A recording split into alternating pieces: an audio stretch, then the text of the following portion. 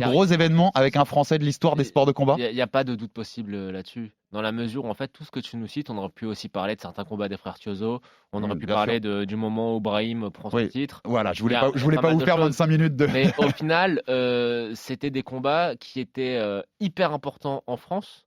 Mais à l'échelle mondiale, ça restait important, mais sans plus. Hmm. Là, on parle d'un mec À part qui va. Carpentier Dempsey, qui était Oui, vraiment mais pour l'époque, c'est il y a c'est 100 ans, donc ouais, c'est très différent. Ouais. on est trop jeune. Mais là, ce que je veux dire, c'est que c'est un Français qui va combattre pour la ceinture de la plus prestigieuse des organisations en pay-per-view. Le monde va avoir les yeux, enfin, c'est pas exagéré quand on dit ça, le monde va avoir les yeux rivés sur cet affrontement-là. Totalement. Il y a rien qui est plus important que ça, en fait, pour l'instant. Pour moi, ouais, je suis d'accord. C'est-à-dire que très concrètement, je pense que dans les sports de combat, ouais, non, il y a pas on n'a pas une telle équivalence. C'est-à-dire que je rejoins complètement John là-dessus. C'est-à-dire que il faut vraiment faire la différence entre l'aura nationale, qui est déjà bien, hein, attention, hein, et l'aura internationale.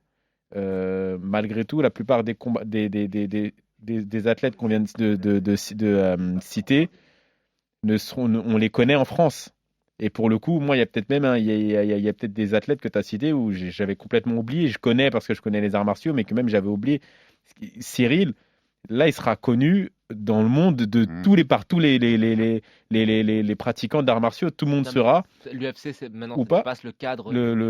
Oui, et puis ça dépend. Et puis voilà, quand on voit les spectateurs, quand on voit les gens qui regardent l'UFC, quand on sait que l'UFC est tellement fort comme organisation qu'ils arrivent même à ce qu'on confonde le MMA et l'UFC. C'est-à-dire qu'il y a des gens qui ne connaissent pas, qui te disent est-ce que tu fais de l'UFC? Donc c'est vous dire. Il faut se rendre compte ce que c'est dans certains pays, hein, au Brésil, en Russie. C'est presque dans certains pays, c'est une religion le truc. Donc ce que je veux dire, c'est que aujourd'hui ils sont tellement forts, ils ont tellement de hype, et en même temps être champion de cette organisation-là, non, il y a pas. Pour moi, on n'a pas eu d'équivalence en France. C'est the baddest man on the planet.